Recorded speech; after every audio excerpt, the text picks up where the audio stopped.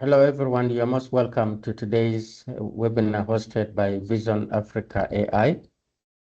And indeed, we have a very important topic and a very important person speaking to us today. Mr. Ambrose Ruyooka is arguably the most senior IT expert now in government. I say that without fear of contradiction because I've known him for a while. He's been behind a number of initiatives, ICT initiatives in government. And it is the one leading us today in discussing the topic building an AI-ready Uganda, where we are looking at the case of the national strategy on AI and the fourth industrial revolution. But as I've already said, he's been behind a number of initiatives in government, and not only in government, even in academia, regionally and internationally is well exposed. So even when I take you through his profile, this profile is just only focused on emerging technologies, but the scope is much bigger than this. He has a very long CV, but permit me to introduce him as I also introduce Vision Africa AI. We at Vision Africa AI, we promote AI for socioeconomic transformation through advisory services, through providing relevant solutions, through helping institutions develop policies, guidelines, strategies, and we also help boards, top management, staff build AI literacy and also develop technical certifications. And we do that in partnership with the Global Skill Development Council, which is based in Switzerland, the US, and Singapore. So that is briefly about Vision Africa, and we are running boot camps as well. Recently, we advertised for people to show interest in participating in our boot camps, and a number of you actually expressed interest, and we are most gratified. Allow me now to introduce Mr. Ruyooka. Mr. Ambrose Ruyooka is the head of research and development at Uganda's Ministry of ICT and National Guidance, where he also heads the Secretariat of the National AI Task Force. He serves as Uganda's focal point to ISO/IEC, that is the International AI Standards Committee, alongside UNBS. He's also the national focal point to the UN Global Dialogue on AI Governance, Uganda's focal point to the UNESCO Global Network of AI Supervisory Authorities, and leads Uganda's engagement with the GPAI OECD. In July 2026, he was part of Uganda's official delegation to Geneva Digital Week, participating in the inaugural UN Global Dialogue on AI Governance, the WISIS Forum, and the AI for Good Global Summit. So, Mr. Ruyooka, I would request you to say something about some of these international organizations and what they are currently doing, and probably there we could also have some best practices we can learn from them, and also how some of those have been incorporated in our national strategy and other governance frameworks.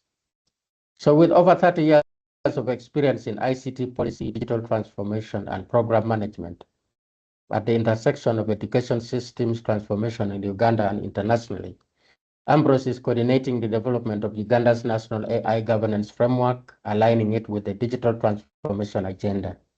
He is also centrally involved in Uganda's UNESCO AI readiness assessment and operationalization of the ISO/IEC 42001 AI management system standard and other related global standards.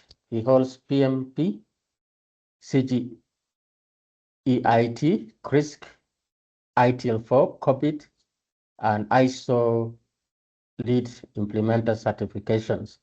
So what I can say is Mr. Ruyooka is both technical and strategic in both his experience and qualification. So we request you to say something about some of these many engagements we are having at the region and internationally, even as we wait for other members to join before you formally start going into your presentation. Over to you, Mr. Ruyooka. You're most welcome. Thank you. Thank you, Julius, for the humbling introduction. Need guidance from you. Do I go into the presentation right now, or you're suggesting? I was just asking that maybe as we wait for one or two other people to join, you could talk about some of these regional and international engagements that Uganda is part of, just in 1 or 2 minutes, and then you proceed into your presentation. Okay. Thank you, and you could also give us a quick highlight of some of the things that happened in Geneva recently. What is in it for us and the Global South? Okay, thank you, Julius. That was part of my presentation. Oh, so then it's yeah. okay. It's okay. Then you proceed. Please proceed to your presentation, and then you'll elaborate on some of those engagements. Yeah, okay. But I'm getting some echo. I don't know if it is. Just a moment. Okay. I think we can hear you well. That is, if you're not having two devices.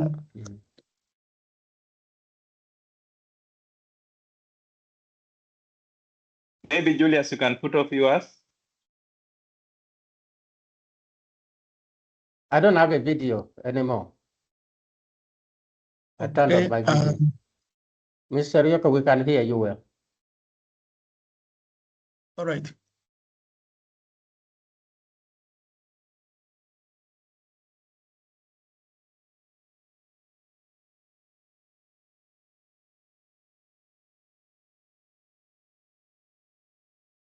You can proceed and share your screen.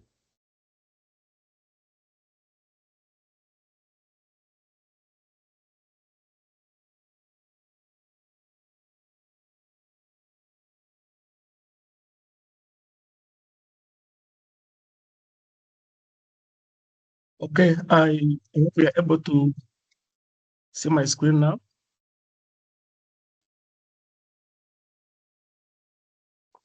Yes, I'm able to see your screen. We are able to see your screen.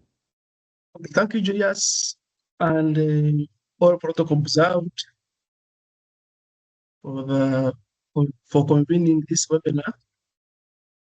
And thanks to the management division Africa AI for inviting me on behalf of the Ministry of ICT and the National AI Task Force to have an opportunity to share with you Uganda's vision as far as making it ready for artificial intelligence and other emerging technologies. In this presentation, we will cover a few things. We'll start with where this is coming from. That is how the AI strategy fits inside Uganda's existing national development plans, and what we actually mean, the plain definitions of artificial intelligence, emerging technologies, and the borderline of all those. Then we'll also talk about where we stand as a country, our strengths, limitations, opportunities, and challenges. We'll talk about what the AI and emerging technologies does, the 6 goals that have been identified, and who is accountable for what protections built in for the citizens. We'll also talk about what it means for you and I in terms of doing business, our normal work, those who are studying, laboratories, and what happens next. So where this is coming from, the strategy is placed in Uganda's national planning framework. So it didn't appear from anywhere. I mean, from nowhere. There is a basis for Uganda's national AI and emerging technology strategy. We all know we have the Vision 2040, which is Uganda's long-term ambition of a transformed society moving from a peasant economy to a modern, prosperous country, which cascades down our fourth national development plan, the current one, with a time horizon of 2029-2030 financial year, and which names the four growth anchors, which we call the ATMs. That is agriculture, tourism, minerals, and science and technology, which also include ICT.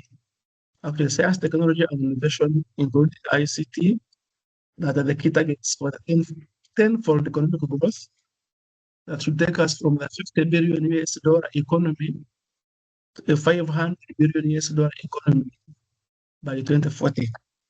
We are remaining with 14 years, and we expect that at the end of that, what you have in your pocket or in your purse should have multiplied 10 times. And that's the vision. So cascading then down further, we have the digital vision in Uganda, a commitment to a digitally enabled society and a knowledge-based economy.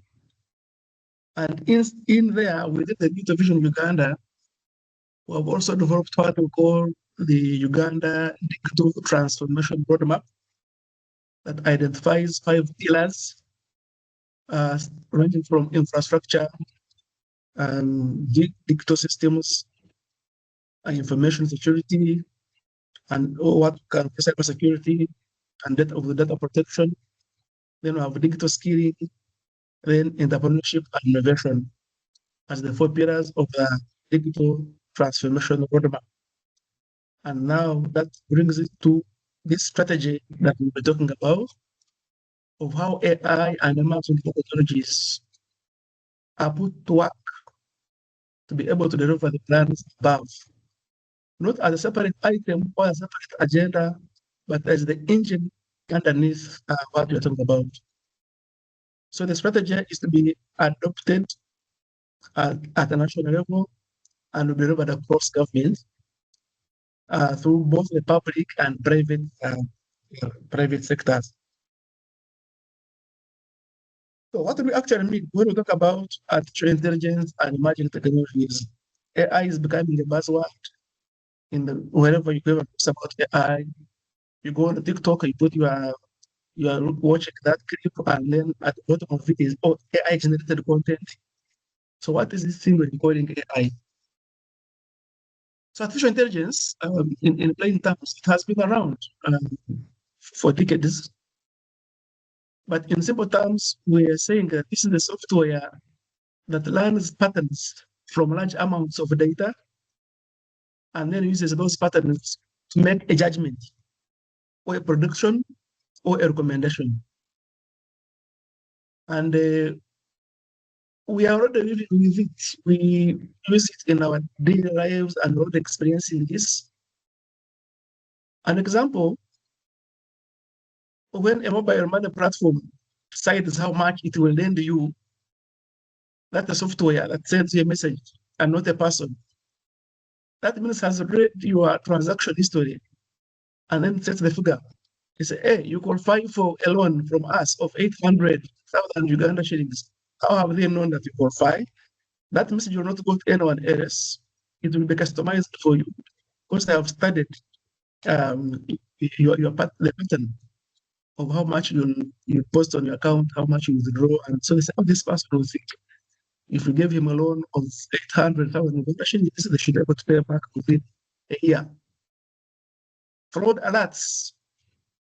When your bank flags a suspicious transaction, the system has then compared it against millions of normal other transactions, and it has judged that as being unusual. So there's a transaction you're doing, and that's a little bit unusual, see what has been done before, then they judge that as being fraud, and then alert comes through. So there's a software behind that is helping of facilitating that decision. And that's artificial intelligence. Okay, all right. So we've lost some time, so I'll try to go through these basics quickly. So we basically talk through what we understand as AI in using the real life scenarios. And then what then do we mean by emerging technologies?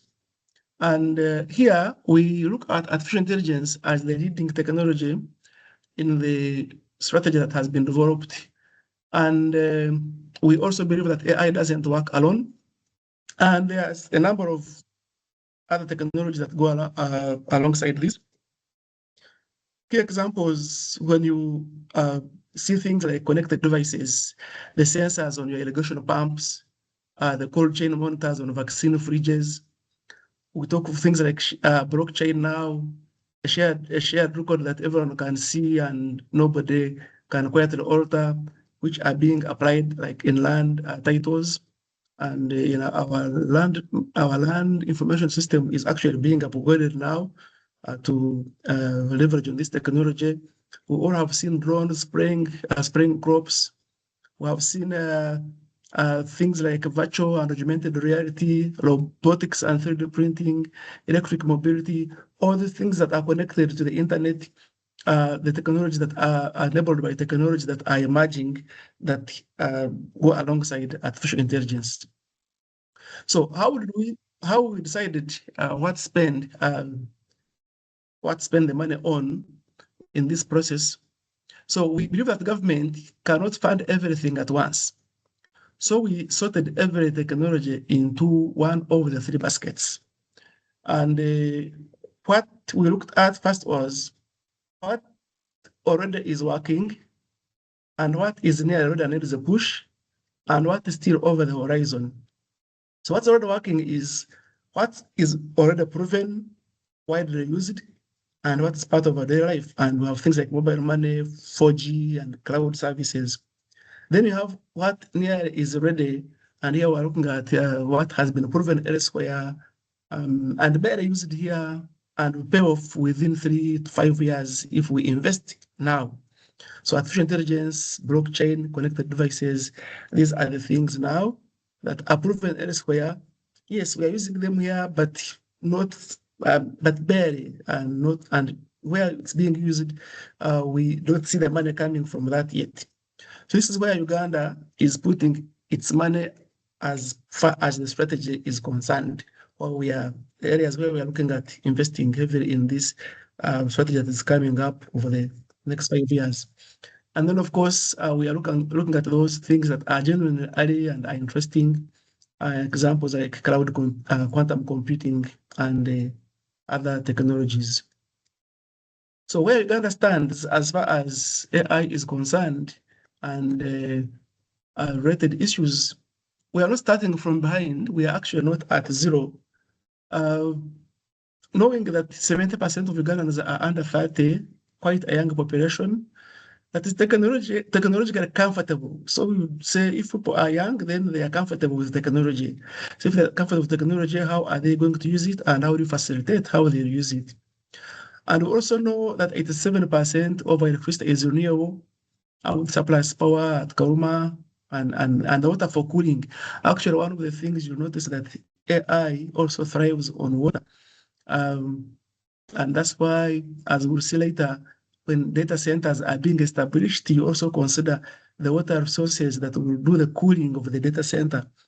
The 6 leading countries you have in Africa that have the highest number of data centers, which is actually 1% of the global data centers, and that 1% of the global data centers that in Africa are along the coastal, the countries of the coastal line. And then we have another statistic here, the 146 districts that we target to reach with affordable connectivity. So we are not starting from zero. We have some potential that we actually can build on. We have our national universities that are building AI, and some of these are trying to already see how they can incorporate the local languages.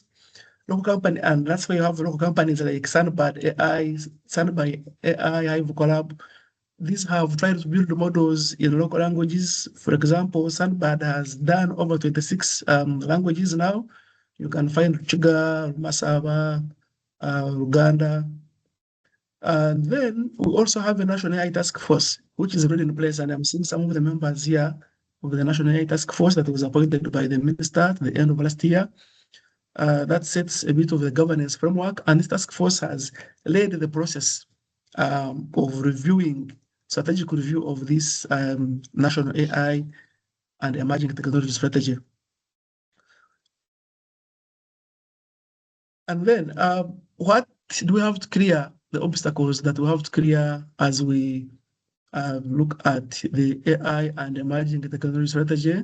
The first obstacle that we identify is the computing power. And we recognize that Uganda at the moment has no large-scale computing capacity of its own, and artificial intelligence needs serious machines, and ours are rented abroad. In simple terms, we have like one big data center at the level of tier 3, and then the national data center that we have with its backup or recovery site. Some telecom companies like MTN are also setting up data centers. Technology companies like Centenary Technologies is setting up one in Masaka at an international standard. So, but that's still a drop in the ocean. And these data centers also are not yet, they don't have, most of them yet don't have the computing power to be required for artificial intelligence. Processes, you find that most of the processes are not yet fully automated. So you find a piece of a process that is automated here, and then not part of it is not complete. And what we are doing, it's work in progress of doing the automation of these processes. People and skills, yes, while we have skilled people that exist in the country, but still we have a long way to go. One good example is just added this year, the United Nations put up a call, and I think at the end of last year, it put up a call for experts internationally to apply to be on the independent panel, scientific independent panel of artificial intelligence.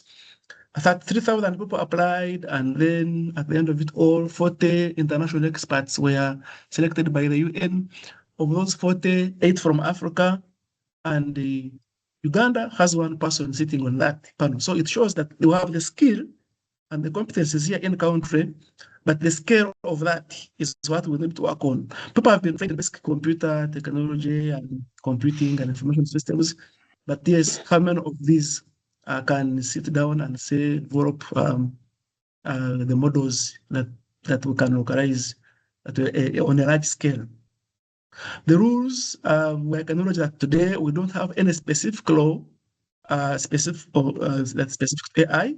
We have an existing legal and regulatory framework. We have the cyber laws, a stack of 3 laws, the Electronic Transactions Act, the Electronic Signatures Act, and the Computer Misuse Act, of which some of its sections were challenged by the courts a few months back, and we are doing a review of that.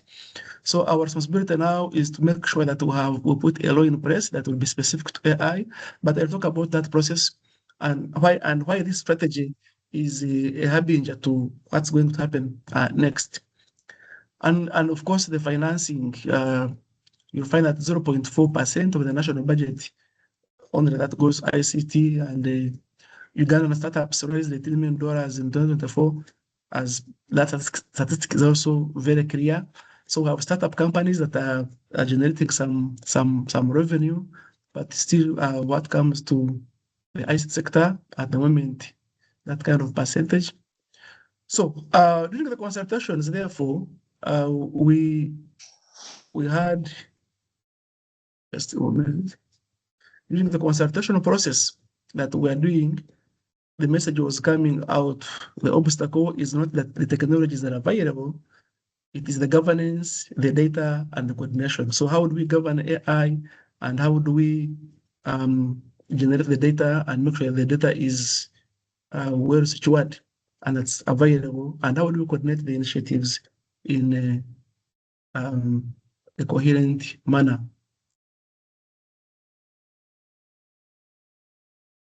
And now my slide is not moving. Okay, it moves. So what does this strategy do? Of course, it's ambitious, it sets accountability, measures, and then brings in elements of protection for both the citizens and their businesses. And what we are aiming for is a sovereign, inclusive, and trusted producer of AI and emerging technologies for an empowered and economically transformed society. So this links well with our Vision 2040 and our digital vision and our digital transformation roadmap, and also within the tenfold growth strategy. Three words that come clear is the word of being a producer, not just a buyer. We should not just consume AI products, AI technologies. We should position ourselves to be able to produce. Sovereign, we need to decide our own rules. Partnerships, yes, are welcome and they are good, but no outside funder sets Uganda's policy, governs Ugandan data, or defines Ugandan ethical standards. And I can also say that the development of this strategy was supported with, part of it was supported by our international development partners. But while they still support us to develop this, they don't set the direction of how our strategy should look like. We still have to own how the strategy should be. And the other word that comes out clearly is inclusivity. We are saying that the benefits must reach people regardless of gender, where they live, or which language they speak. So it should be a tool that only works. So a tool that only works in English serves a fraction of the country. So it should be a tool that serves all the people that speak the over 52 languages in Uganda. So the 6 things, therefore, that the strategy sets out to do. One is building the foundations. And with building the foundations, give examples. For example, if you do a large computing facility at Karuma using our own renewable power, connectivity reaching all 146 districts, you have drone corridors and you have AI tools that understand Ugandan languages. There you have your own foundations that you have done in terms of infrastructure, the computing power, how to call the compute. Setting the rules. Let's have clear guidance for the sectors first. The self-testing spaces and sandboxes, dedicated AI governance, and ultimately, if we can have a law by 2030, and I will explain why we don't want to rush to have a law, like say by the end of this year, or maybe the next, somebody can say by end of this financial year, let's have a law with a law of everything, because the EU did an act a few months back last year, but then they have also been having challenges of implementing this act. Actually, I think the implementation, the enforcement began this month, at the end of last month. So we build the foundations, we set the rules by having a strategy in place, then go to either a policy or a law after conducting a comprehensive regulatory impact assessment, then set the regulations that will govern that. But alongside that, we align to the international standards. So the next thing that we set out in the strategy, we are talking of building and selling what we invent. So our universities, government and industry are working together under joint agreements with a path from research to product, should bring in who should buy what is being produced. So right off from universities to government to industry, we should all work together. So we build it in-house, we sell it to ourselves, and also can sell it outside. Already we have some people here in our innovation hubs that are developing IT products that are being exported, that are being sold. For example, at our National ICT Innovation Hub in Nakawa, we have like 5-6 companies that are developing apps that are being used in the Japanese market. The other issue that we strategy tries to promote is putting it to work. That is named deployments in farming, courts of law, land, health, tourism, finance, and the creative industries, which should be measured on real outcomes. So deploy AI, identify key use cases, which should be aligned to the ATMs. So if you go to agribusiness, identify where AI can be deployed. If you go tourism, do the same. Go to mining and science. And then the key services like health and education. Then the next issue that we clear set out is paying for it sustainably. So a mix of public budget, private sector investment, related financing, and regional co-financing, not dependence on any single source. So let's identify the different sources of how we can finance the strategy. And then the issue of skilling, which we are calling growing with the people, that will be given the right competencies. We promote literacy in AI for public servants and the general public. So if a farmer is in Uganda or Kabaramaido, and we are telling them to use AI to detect using their mobile phone to detect the diseases in their coffee garden, do they have the skills to do that? Can they be able to interpret the results that come out of that? Let's identify centers of excellency that we set across the country. We have a few of those we are calling innovation hubs, but let's set them up as areas of skilling people who will be benefiting from the technologies that this strategy intends to promote.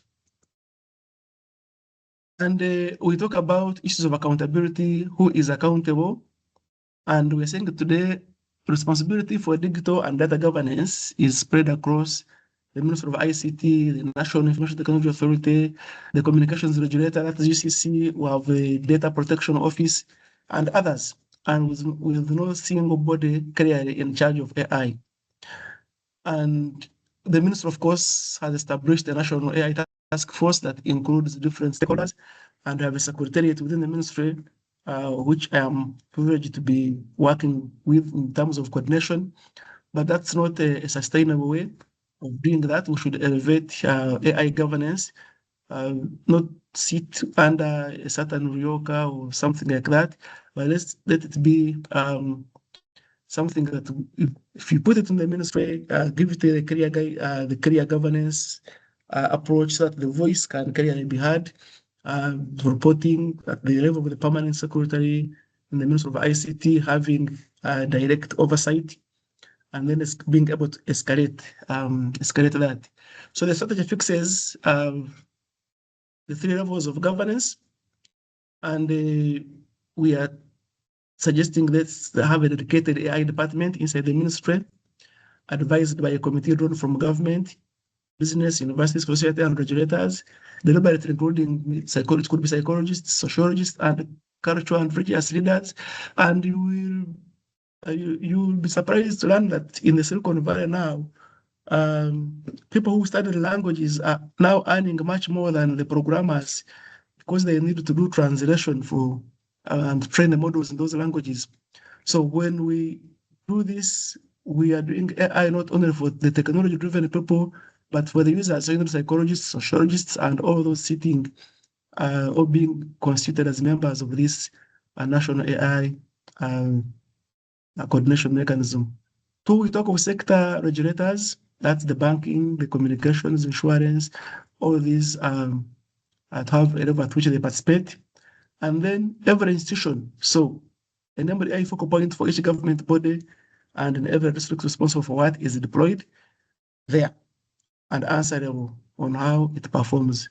So the three-tiered approach of how we promote the AI governance in terms of accountability at the national center. For now, because of the RAPEX, the government is going through what we are calling RAPEX. We can't create other agencies, but have a department within the ministry for now that reports to the permanent secretary, but then give it to that national governance committee. That's what we are proposing now as the governance mechanism for artificial intelligence at the national level.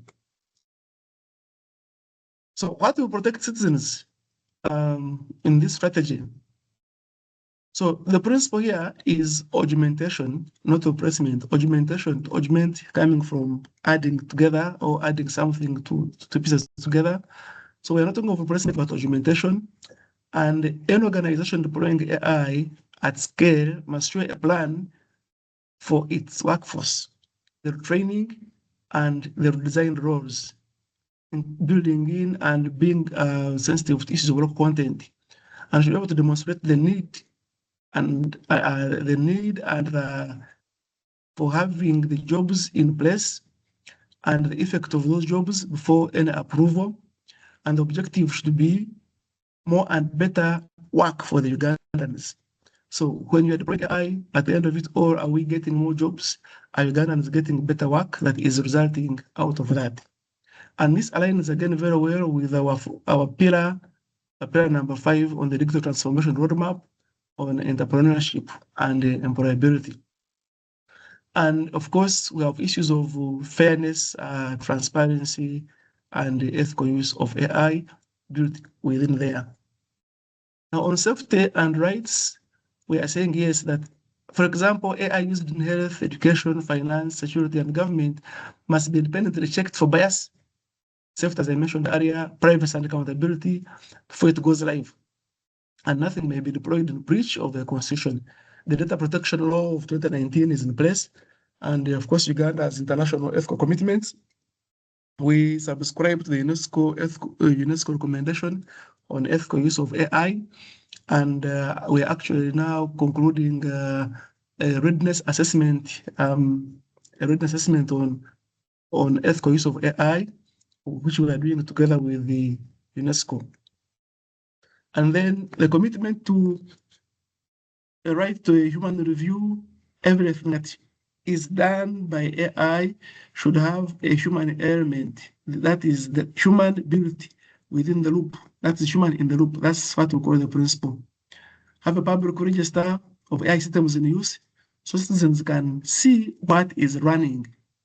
Then have a place where complaints can be taken, grievance redress mechanisms to be in place. And then we also say AI making other decisions without meaningful human control, as mentioned earlier. And the data should stay here within our country. We are talking about the data sovereignty. Can we have much of the computing power in country? So what does this mean for you and I, and what happens next as we conclude or as we move towards the launching of this strategy at the end of this month? So, so if you run a business, for example, you'll find yourself on the side we are talking about now. If you run a business, for example, government buying will start asking how your AI reaches its decisions. Or AI in finance, health or security will need independent certifications before deployment. And at this point, with independent certifications, I will talk about the ISO IEC 42001 standard. You heard Julius mentioning it in the introduction.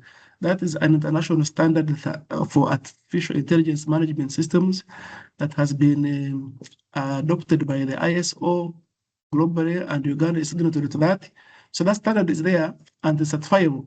And so once we adopt that, working with the NBS, it will be a requirement that if you're building any system in any sector, then you may need how to certify that the AI you are deploying aligns with the international certification. And the standard is already there and certifiable. And we have trained already 10 experts within the government who are already certified, who can come and check and say, okay, your system to be built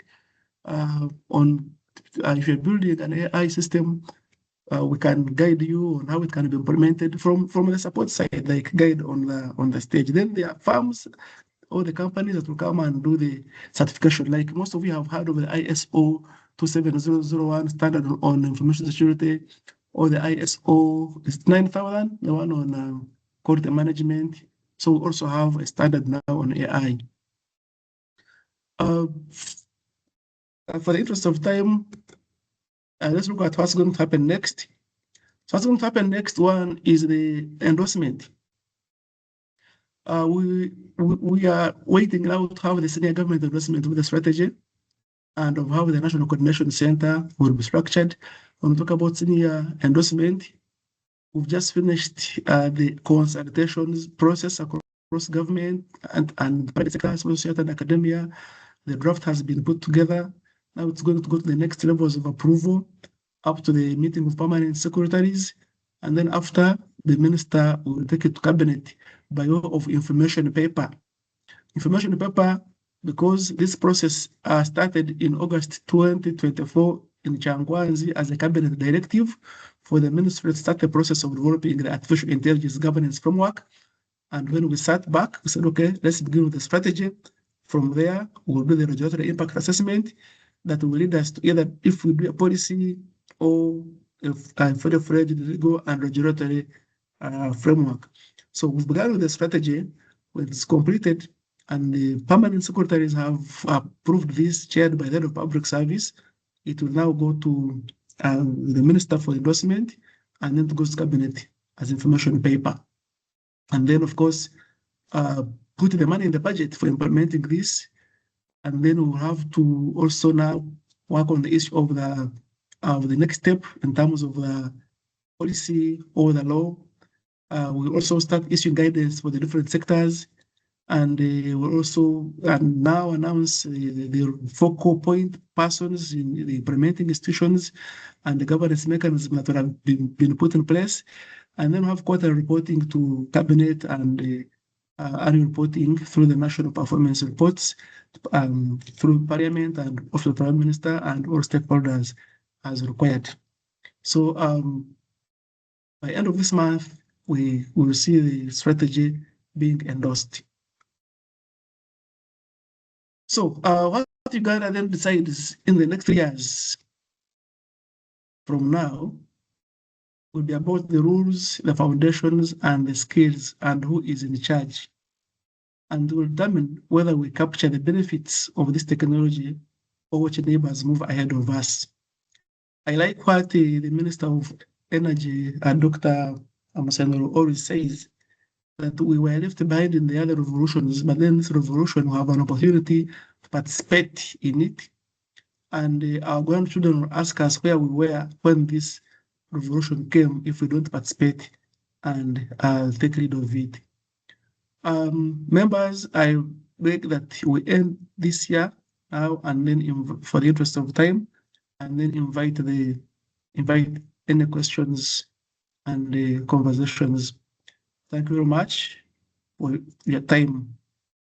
Over to you, Julius. Thank you very much. If we allow me, I'll call you Ambrose, but otherwise you're Mr. Ruyooka. But ladies and gentlemen, let's give him a round of applause. You can send him your reactions and let's appreciate him through hand clap and something. Thank you, everyone. Mr. Ruyooka, we can't thank you enough because of you. You're a very busy person, but you still created time for this to start creating national awareness on the national strategy on AI and emerging technologies. Thank you for the key issues that you raised in your presentation, but I believe also members present require some clarification on some issues. One that has come up is on the quality of internet, because even where you are right now, we are having challenges. At the beginning, we were having challenges hearing you well. So what is the sector doing around that? I believe that there is minimum requirements for internet infrastructure that probably has been recommended in the strategy. Just like there was minimum standard, which I believe has already been exceeded in the national strategy on the fourth industrial revolution. So that is somebody wants to give a comment on that.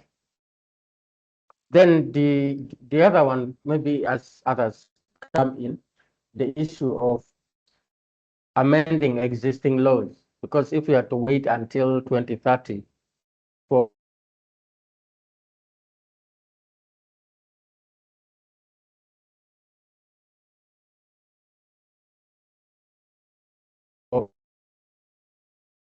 made to amend the existing laws and regulations so that just like the Computer Misuse Act and the like of 2011, there's some effort to amend those laws in the meantime as we wait for the comprehensive law on AI.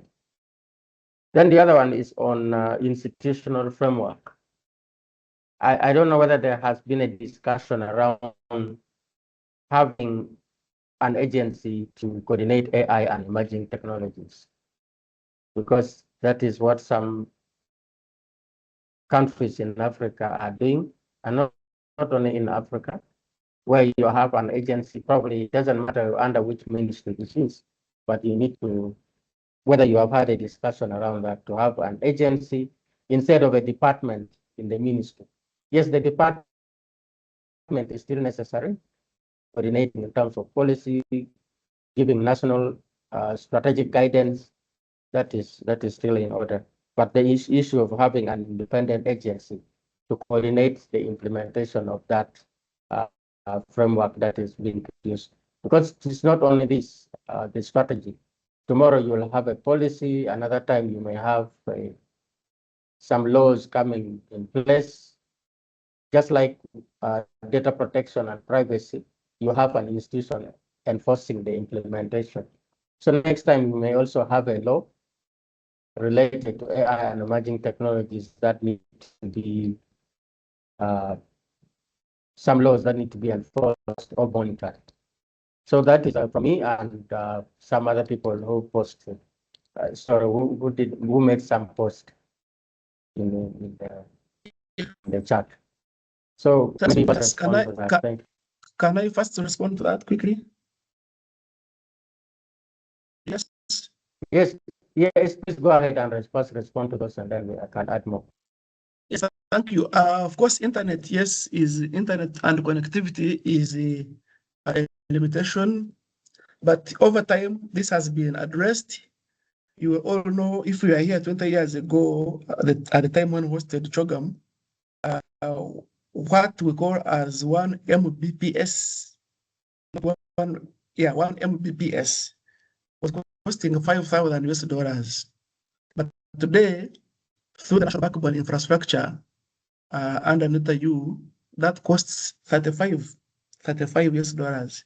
So you can see how far the cost has come down, but also the speeds and the capacity has improved.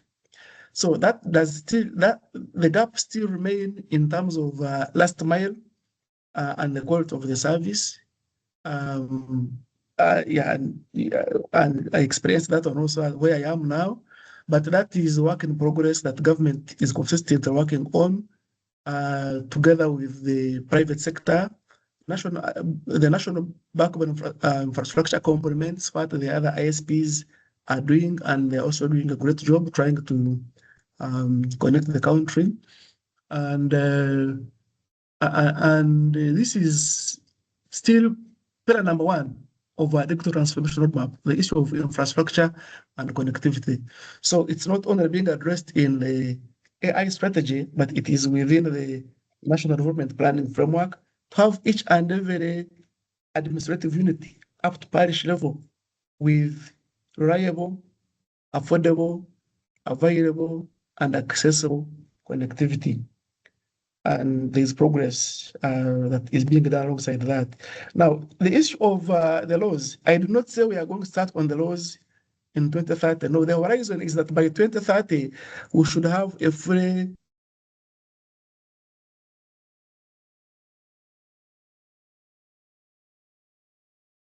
we are finishing a strategy this month. When we finish it, we have started now on a regulatory impact assessment, which will complete by end of December.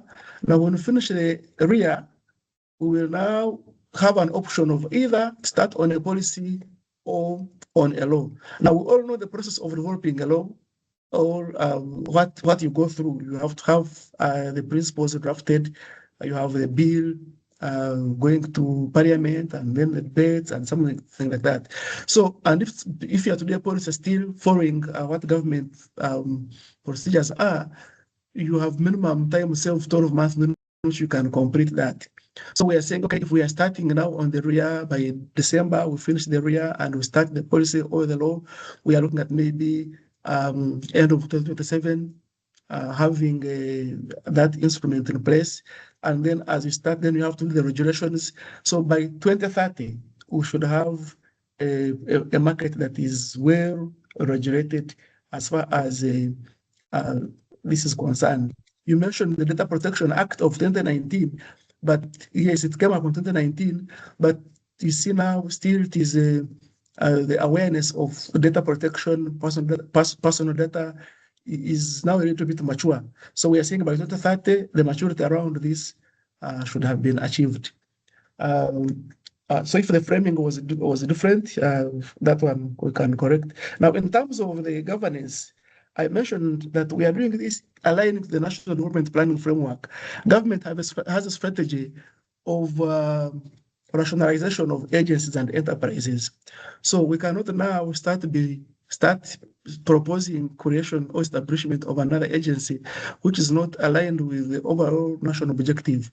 So that's what we're saying now. In the meantime, we can restructure and have like a department that's dedicated specifically on AI within the ministry. That is possible and that can be done. That will not take a lot of time to go through debates. It's the Ministry of Public Service sitting with other agencies and designing that and have that created.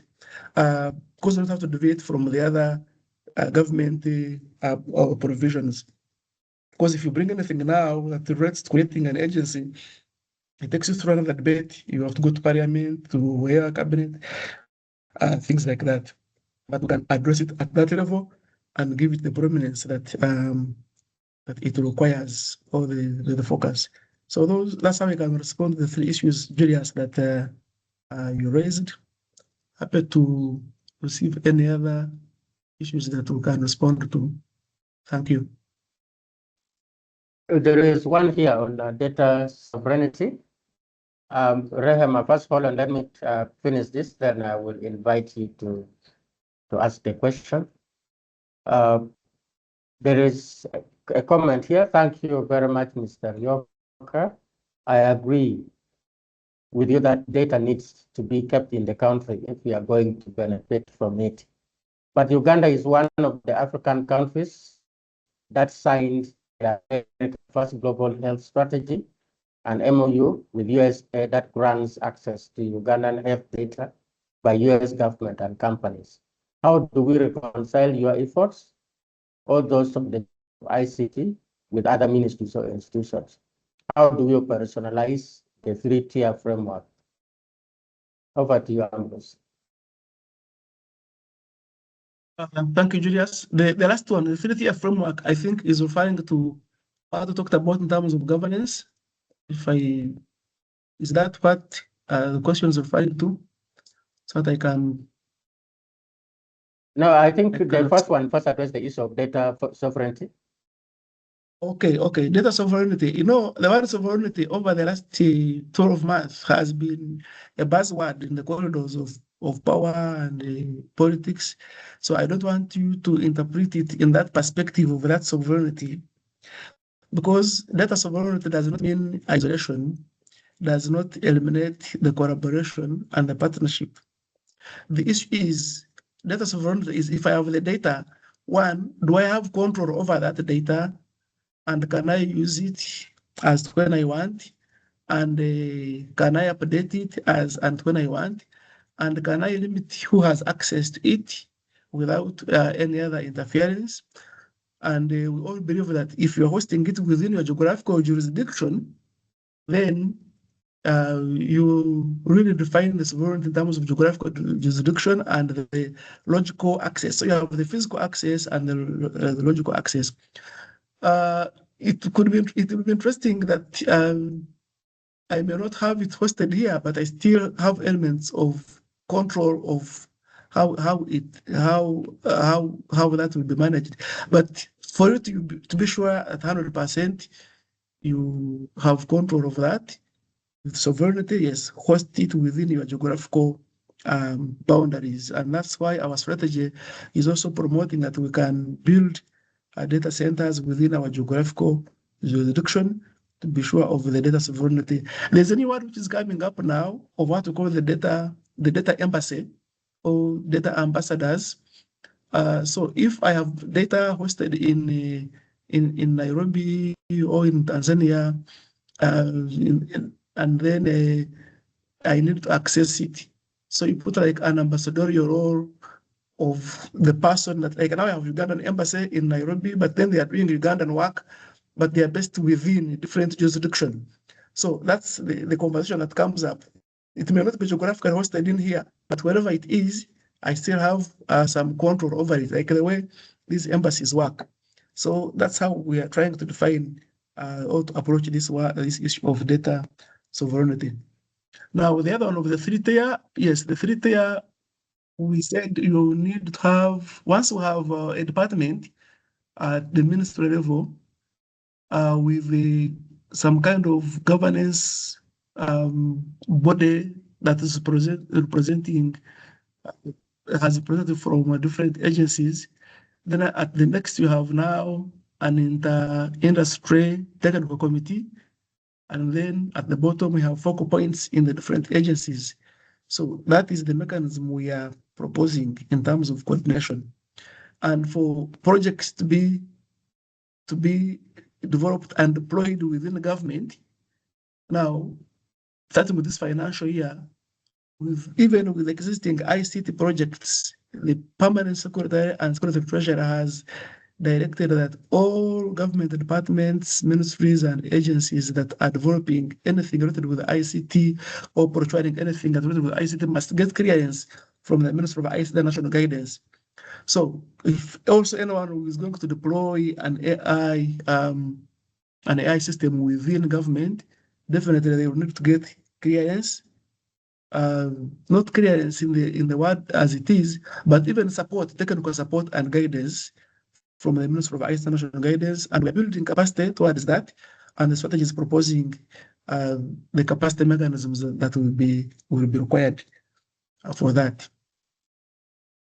Thanks, Julius. I hope that addresses the question. Yeah, thank you very much. Before I go to the next post in the chat, Rehema, please proceed. Rehema, want to say something? You can unmute. Luis, you can give Rehema permission to speak.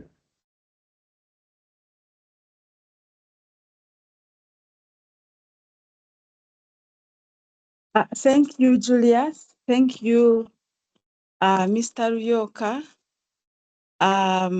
My name, as Julius said, is Rehema Baguma, based at Makerere University. I do research in AI governance, data governance, and responsible innovations, as well as human-centered computing. Thank you for the great work you've done so far. I am wondering, are you still open to institutional level presentations? We would be so happy to have you in Makerere or one of your team members present to us as a form of one, awareness about the strategy, but also in case you're still open to feedback. I think it's a rich community. We have so many people working on different aspects of AI. I think it would be nice in case you're still open to this. I believe the process would benefit from such a presentation, but also us as a community at Makerere would also benefit from understanding the strategy and seeing how we can contribute to the achievement of this strategy. Thank you very much. Professor Rehema Baguma, and good to hear from you after a while.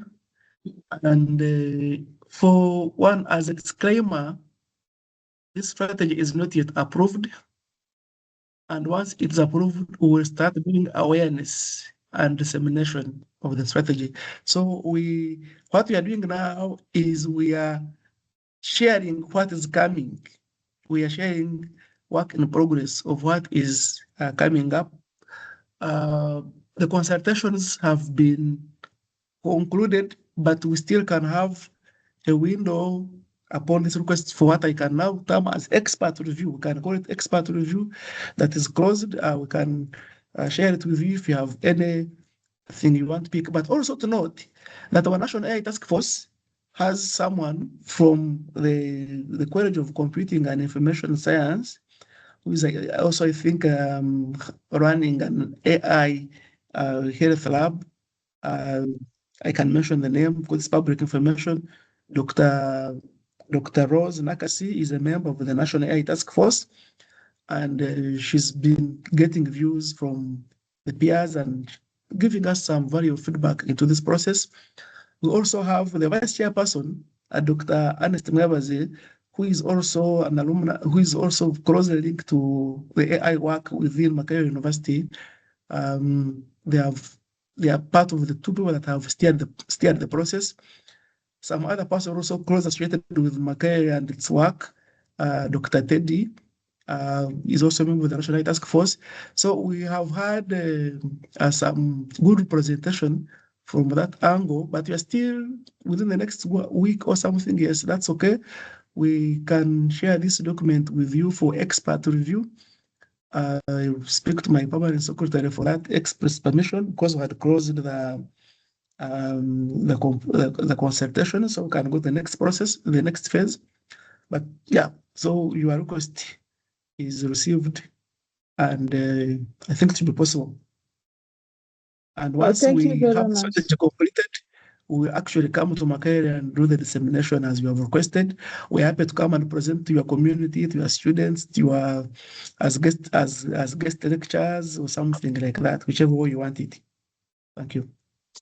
Yeah, Mr. Ruyooka will be happy to receive the document. In case anyone can present it, the better. In case not, we shall be happy to receive it and see if there is anything we can contribute, especially from the governance, responsible innovation angle, because the members you've mentioned are mainly into the development of AI solutions. Thank you very much. Thank you. I think Mr. Ruyooka has taken note of this, that there are some constituents that feel that probably they were not consulted, but individuals that come from such institutions were consulted. So that is feedback for you, and see what to do about it. And we thank you, Julius, for having it. Julius, that I don't want that to go on record, because we put up a public call, on all our media channels, in the newspaper. We put a window for 2 weeks to get public comment, but of course it doesn't go everywhere. So we didn't contact specific individuals. We received over 300 plus inputs online with the online survey tool that we sent out, and these were comprehensive responses that we received, that were analyzed. So we didn't just pick a few individuals that we consulted. The members I mentioned are members of the National AI Task Force that represent certain constituencies, but who also happen to be associated with Makerere in their own different right. So I wanted to get that perspective. I'm not being defensive, but I wanted to the record to be set straight.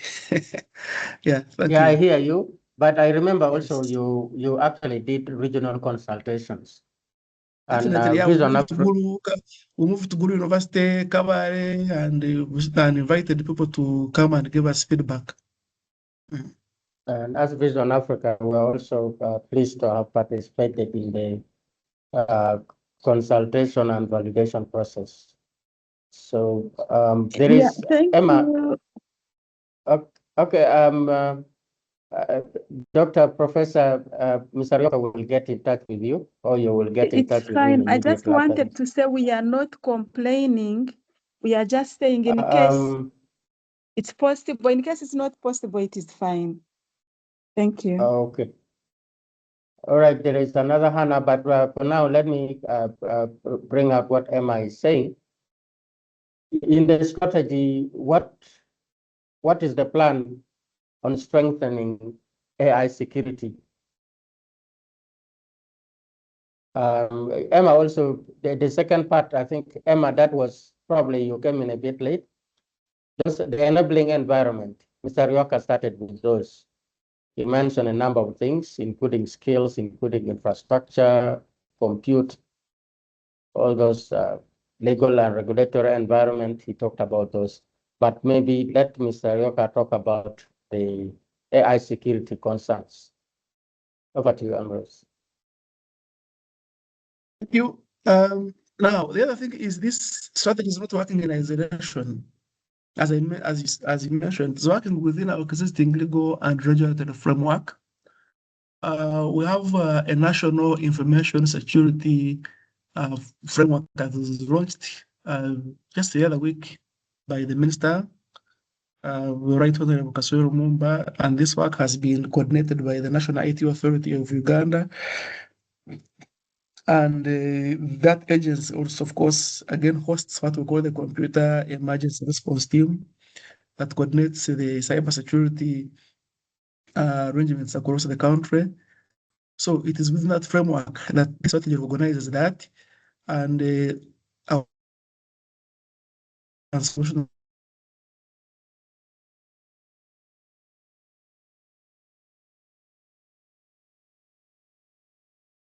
We are not going to set up a separate security framework. We are not going to set up a different security framework for the AI strategy, but it works within the existing national cybersecurity environment that exists. Okay. Thank you very much, Ambrose. I would like to interest the participants on the recently launched National Information Security Framework. It addressed a number of issues related to security of emerging technologies. So you can get some information on that as well.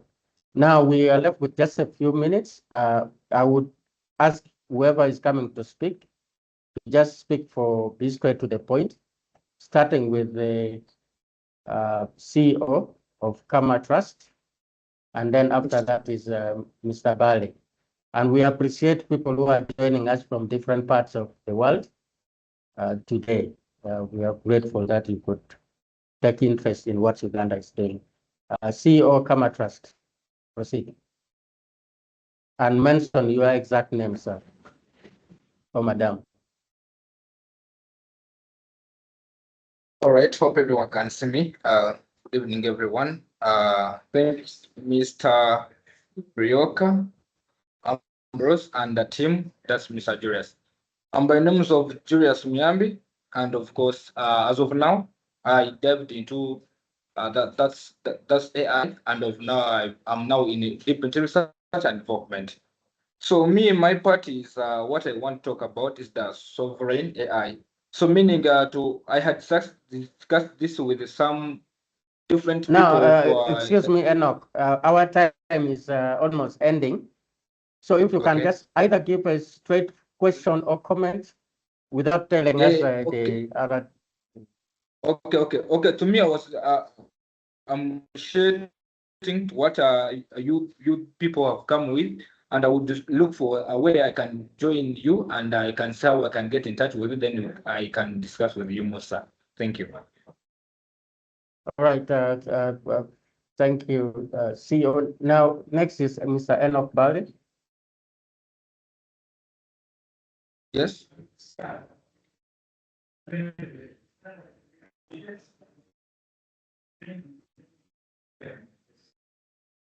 Mr. Enoch Bali, you have the floor.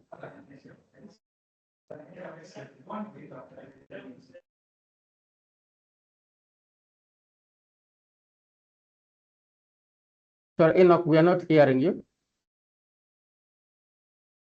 Or is it only me? Okay.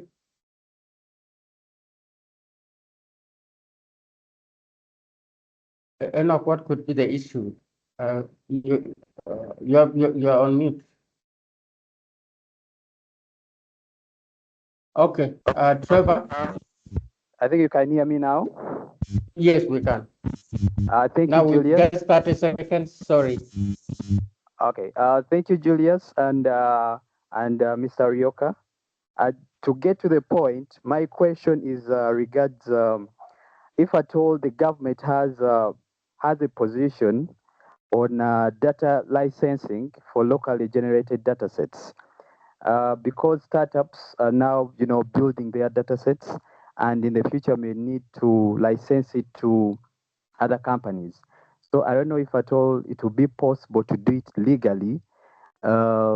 Is that something you are looking at in your frameworks that you're building currently? Thank you. Thank you very much, Enoch. Let me check. Only 1 hour time has been fast spent. I think we need to bring this to a close. Unfortunately, we may not take many more questions. Yeah. So, Mr. Ruyooka, let me first pass it back to you so that you can answer that and we close. We sincerely apologize that we may not be able to take all the questions now. Over to you, Mr. Ruyooka. And after answering that, you can also give us your parting shot.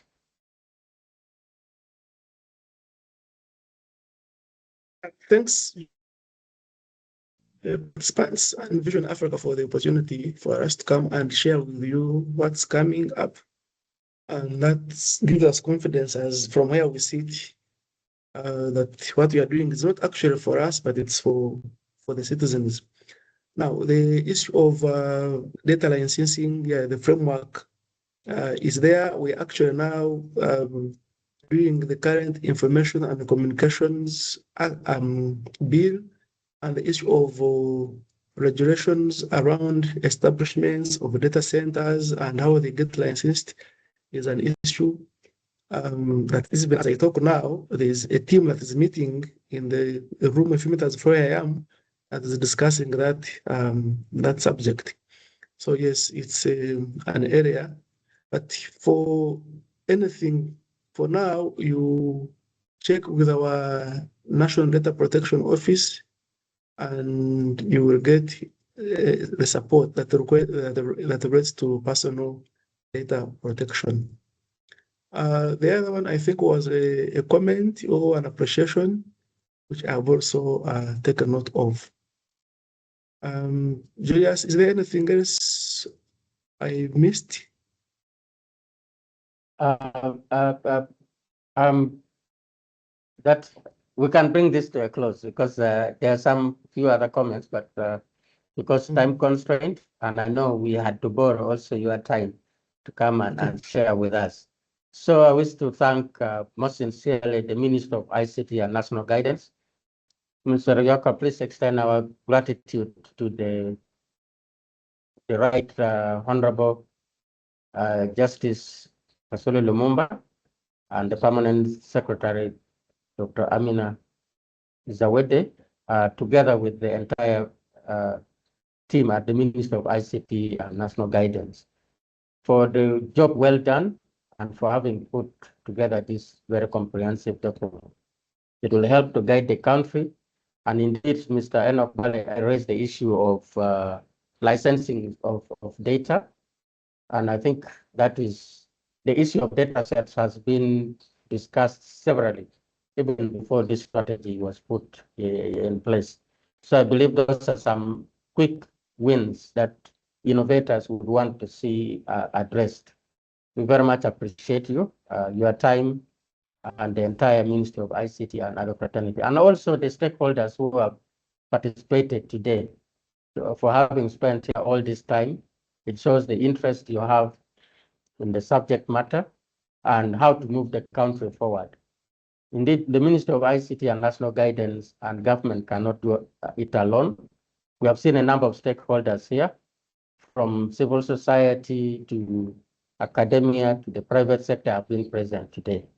And also wish to appreciate the leadership of Vision Africa AI, led by CPA Dr. James Onyoin, and the entire board of directors. So I thank you all for being present. Vision Africa AI has a number of offerings for you. You can check us up in visionafricaai.com for the services that we offer. So thank you, everyone. I wish you all a very good evening. Bye-bye.